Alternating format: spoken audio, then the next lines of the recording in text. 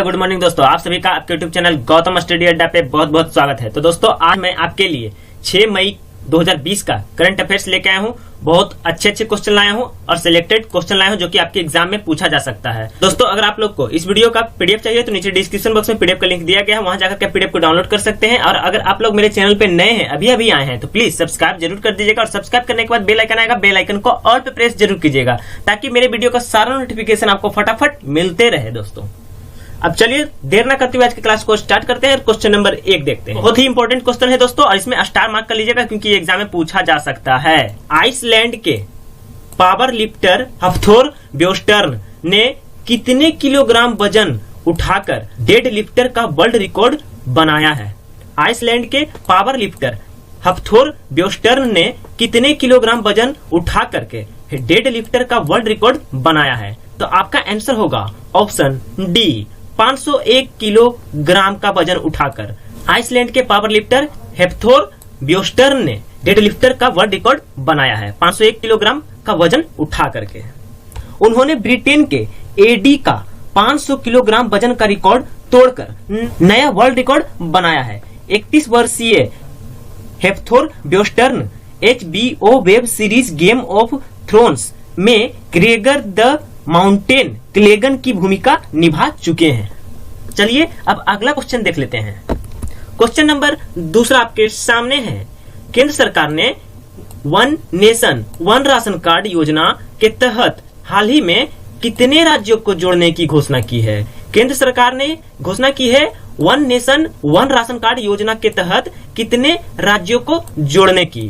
तो आपका आंसर होगा ऑप्शन सी, 5 राज्य। दोस्तों केंद्र सरकार ने 5 राज्यों को जोड़ने की घोषणा की है one nation one ration card योजना के तहत। अब चलिए इससे रिलेटेड कुछ इंपॉर्टेंट पॉइंट देख लेते हैं। दोस्तों केंद्र सरकार ने one nation one ration card योजना के तहत हाल ही में देश के 5 राज्यों, जो देखिए वो 5 राज्य कौन कौन है? बिहार, उत्तर प्रदेश, पंजाब, हिमाचल प्रदेश और दमन दीव को जोड़ने की घोषणा की है। जबकि जनवरी 2020 में इस योजना में कुल 12 राज्यों को जोड़ा गया था। चलिए नेक्स्ट क्वेश्चन देख लेते हैं।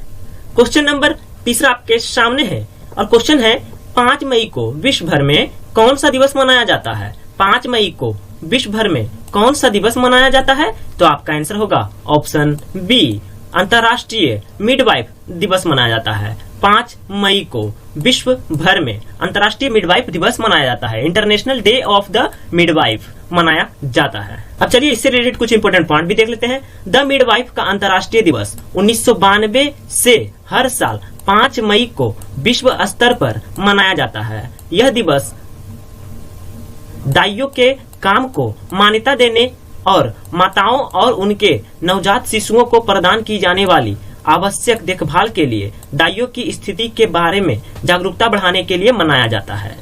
अब इसका थीम देख लेते हैं दोस्तों। तो थीम आपके सामने है, midwives with women celebrate, demonstrate, mobilise, unite, our time is now. ये इसका थीम है।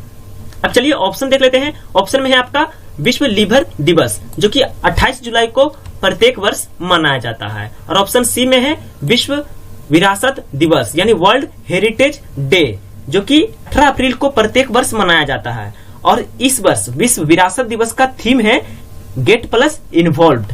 अब ऑप्शन डी में है विश्व पृथ्वी दिवस वर्ल्ड अर्थ डे, जो कि 22 अप्रैल को मनाया जाता है। और इसका थीम है 2020 में क्लाइमेट एक्शन। याद रखिएगा, लिखते जाइएगा। जब मैं पढ़ाने स्टार्ट करूं तो आप कॉपी कलम साथ में लेकर के बैठिएगा, सब नोट करते जाइएगा जो मैं एक्स्ट्रा बताता हूं, क्योंकि आपको इसी चैनल पे एक्स्ट्रा मिल सकता है और किसी भी चैनल पे एक्स्ट्रा नहीं मिलेगा। आगे और भी बहुत सारे एक्स्ट्रा मैं बताऊंगा जो कि आपके एग्जाम में पूछे भी जाते हैं। चलिए नेक्स्ट क्वेश्चन देखते हैं। क्वेश्चन नंबर 4, हाल ही में किस देश ने आर्कटिक जलवायु और पर्यावरण की निगरानी के लिए पहला उपग्रह लॉन्च करने की घोषणा की है? दोस्तों आगे बहुत इंपॉर्टेंट क्वेश्चन है दोस्तों, ध्यान से देखिएगा, मिस नहीं कीजिएगा, क्योंकि आपके एग्जाम में हो सकता है इन सभी से क्वेश्चन पूछा जा सके।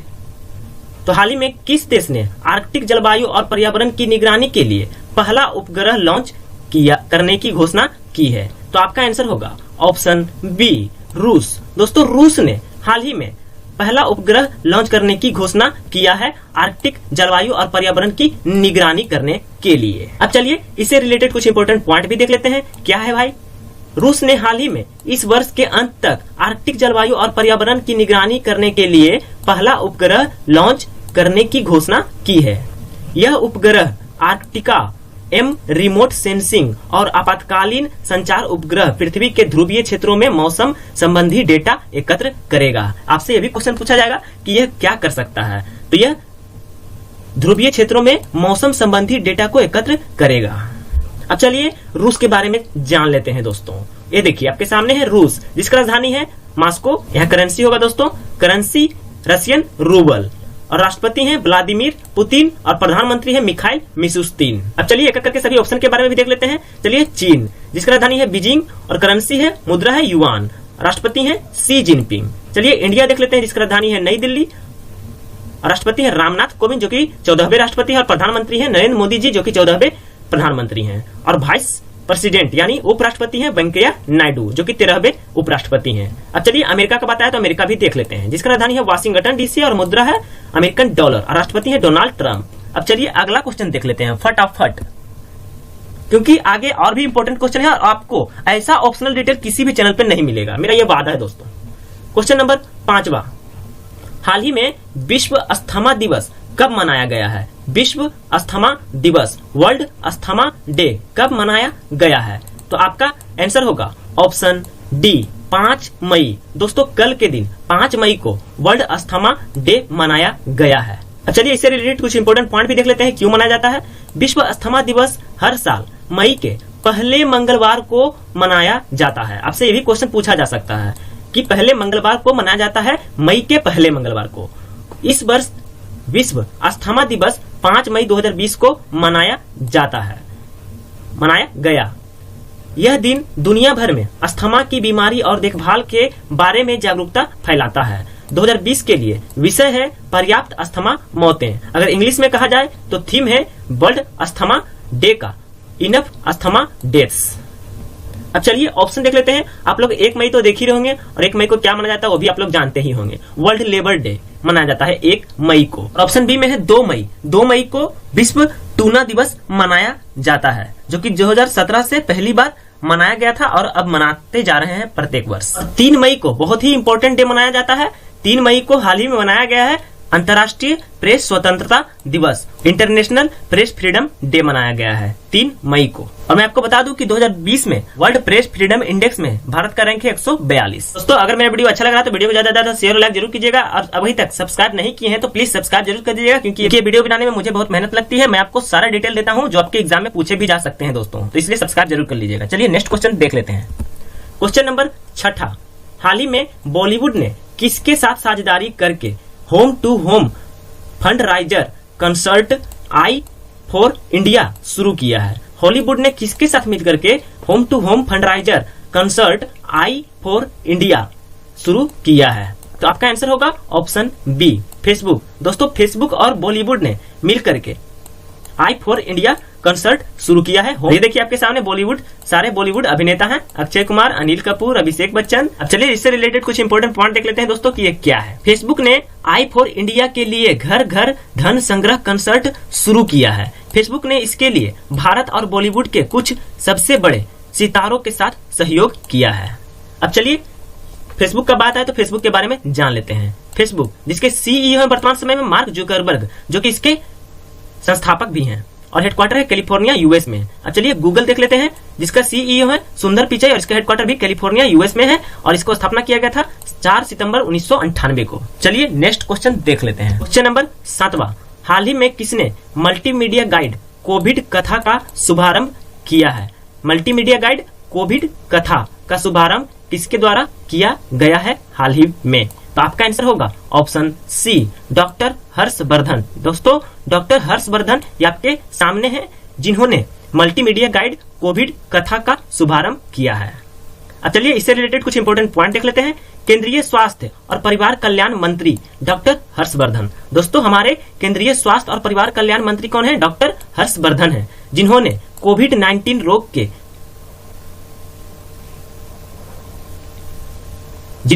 कोविड-19 रोग पर कोविड कथा नामक एक मल्टीमीडिया गाइड लॉन्च किया है।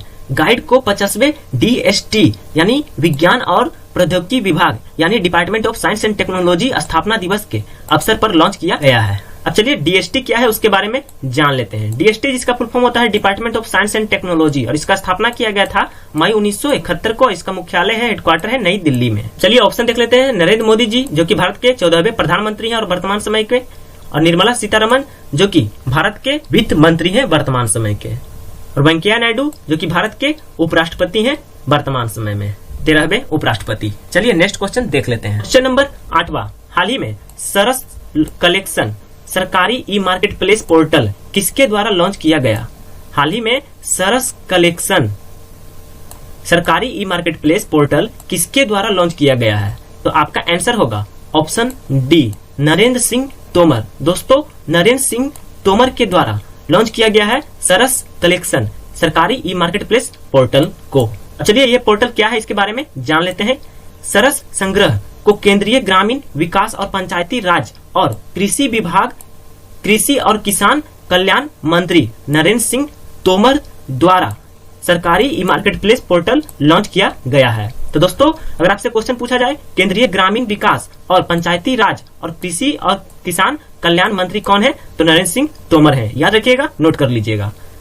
नई पहल को केंद्र के साथ साथ राज्य सरकार के खरीदारों के लिए ग्रामीण क्षेत्रों में स्वयं सहायता समूह प्रदान करने के उद्देश्य से शुरू किया गया है। एस जयशंकर जो ऑप्शन बी में दिख रहे हैं, ये हमारे वर्तमान समय के विदेश मंत्री हैं, फॉरेन मिनिस्टर हैं, और अमित शाह गृह मंत्री हैं वर्तमान में। चलिए नेक्स्ट क्वेश्चन देख लेते हैं। क्वेश्चन नंबर 9, हाल ही में किस राज्य सरकार ने मुख्यमंत्री शहर रोजगार गारंटी योजना शुरू की है? किस राज्य सरकार ने हाल ही में मुख्यमंत्री शहर रोजगार गारंटी योजना को शुरू की है? तो आपका आंसर होगा ऑप्शन ए, हिमाचल प्रदेश। दोस्तों हिमाचल प्रदेश के मुख्यमंत्री जयराम ठाकुर ये आपके सामने हैं, जिन्होंने मुख्यमंत्री शहर रोजगार गारंटी योजना को शुरू किया है। चलिए ये योजना क्या है उसके बारे में इंपॉर्टेंट पॉइंट देख लेते हैं। हिमाचल प्रदेश के कैबिनेट ने मुख्यमंत्री शहर रोजगार गारंटी योजना शुरू करने का निर्णय लिया। इस योजना में शहरी क्षेत्रों में रहने वाले लोगों को 120 दिन का सुनिश्चित रोजगार प्रदान किया जाएगा, 120 दिनों का। इसे राज्य की कोरोना वायरस हिट अर्थव्यवस्था को पुनर्जीवित करने के लिए लॉन्च किया जा रहा है।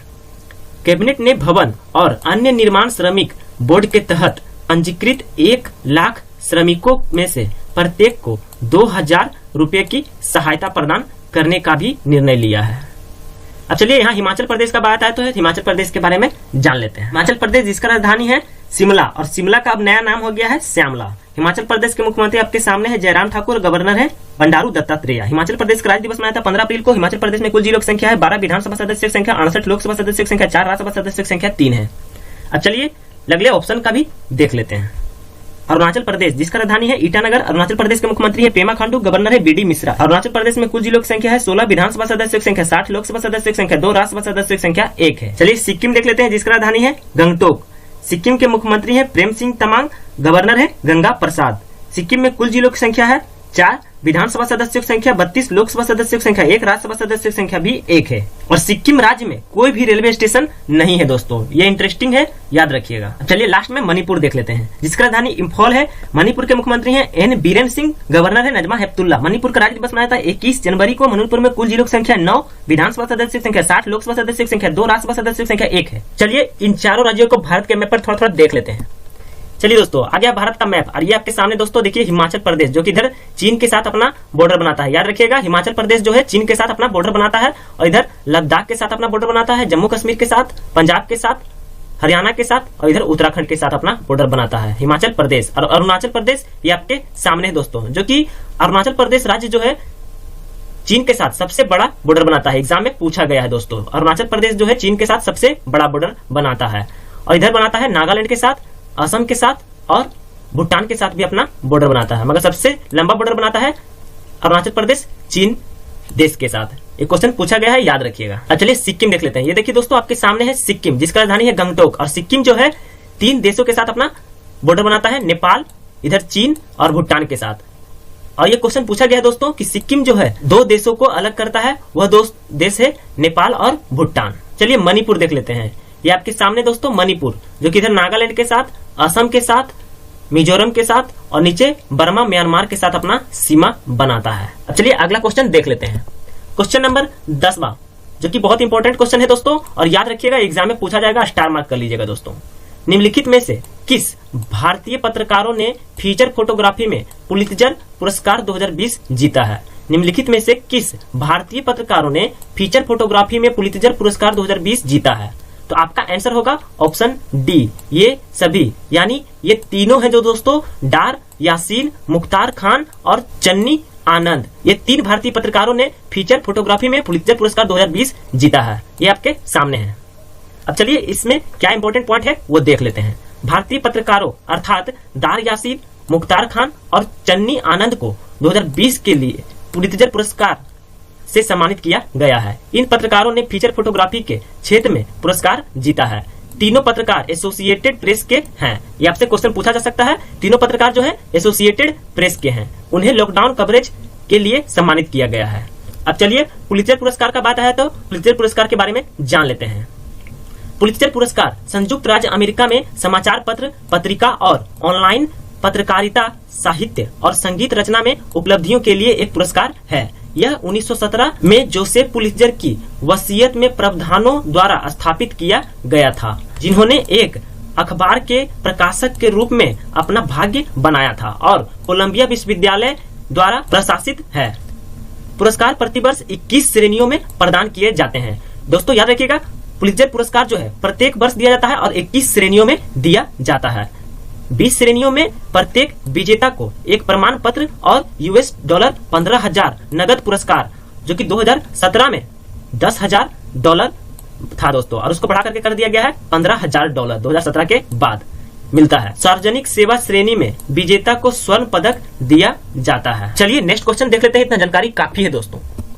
क्वेश्चन नंबर 11वां, हाल ही में टेनिस खिलाड़ी यूसुफ होमस पर TIU, जिसका फुल फॉर्म होता है टेनिस इंटीग्रिटी यूनिट, द्वारा आजीवन प्रतिबंध लगा दिया गया है। वे किस देश के हैं? तो आपका आंसर होगा ऑप्शन बी, मिस्र। दोस्तों यूसुफ होमस ये आपके सामने हैं, जो कि टेनिस प्लेयर हैं और ये मिस्र के रहने वाले हैं। चलिए इनसे रिलेटेड कुछ इंपॉर्टेंट पॉइंट भी देख लेते हैं। टेनिस इंटीग्रिटी यूनिट TIU ने कई मैच फिक्सिंग और संबंध भ्रष्टाचार के आरोपों में उनकी दोष सिद्धि के बाद मिस्र के टेनिस खिलाड़ी यूसुफ होमस को पेशेवर टेनिस से प्रतिबंधित कर दिया गया है। मिस्र के टेनिस खिलाड़ी यूसुफ होमस को टेनिस एंटी करप्शन प्रोग्राम के 21 उल्लंघनों का दोषी पाया गया है। उल्लंघनों में मैच फिक्सिंग के 8 मामले शामिल हैं। 2 सोलिसिटिंग के अन्य खिलाड़ियों ने सर्वश्रेष्ठ प्रयासों का उपयोग नहीं करने के साथ साथ 2 असफलताओं के लिए TIU जांच के साथ सहयोग किया है। यह मिस्र देश का बात है तो इसके बारे में जान लेते हैं। मिस्र, जिसे इजिप्ट भी कहा जाता है, और इसका राजधानी है कायरो और मुद्रा है इजिप्टियन पाउंड। राष्ट्रपति हैं अब्देल फतेह अल सीसी। अब चलिए ऑप्शन देख लेते हैं। बांग्लादेश, जिसका राजधानी है ढाका और बांग्लादेशी टाका इसका मुद्रा है। बांग्लादेश के राष्ट्रपति हैं अब्दुल हामिद, प्रधानमंत्री हैं शेख हसीना। चलिए ब्राजील देख लेते हैं, जिसका राजधानी है ब्राजीलिया और मुद्रा है ब्राजीलियन रियाल। ब्राजील के राष्ट्रपति हैं जायर बोल्सोनारो। चलिए नेक्स्ट क्वेश्चन देख लेते हैं, जो कि आज का आखिरी और लास्ट क्वेश्चन है दोस्तों। बहुत इंटरेस्टिंग क्वेश्चन है, बहुत जानकारी वाला क्वेश्चन है, और इससे जो जानकारी मिलेगा आप लिख लीजिएगा दोस्तों, एग्जाम में पूछा जाएगा। दुबई मेगा एक्सपो इवेंट 2020 का विषय यानी थीम क्या है? तो आपका आंसर होगा option A, connecting minds creating the future. ये आपका थीम है दुबई में जो होने वाला है मेगा एक्सपो इवेंट 2020। इसका थीम है connecting minds creating the future. अब चलिए दोस्तों इससे रिलेटेड कुछ इंपॉर्टेंट पॉइंट भी देख लेते हैं, क्योंकि इससे रिलेटेड एग्जाम में पूछा जाएगा, जरूर पूछा जाएगा दोस्तों, इसलिए देख लेते हैं। दुबई ने 1 अक्टूबर 2021 से 31 मार्च 2022 तक मेगा वर्ल्ड एक्सपो 2020 के लिए नई तारीख की घोषणा की है कोरोना वायरस के कारण।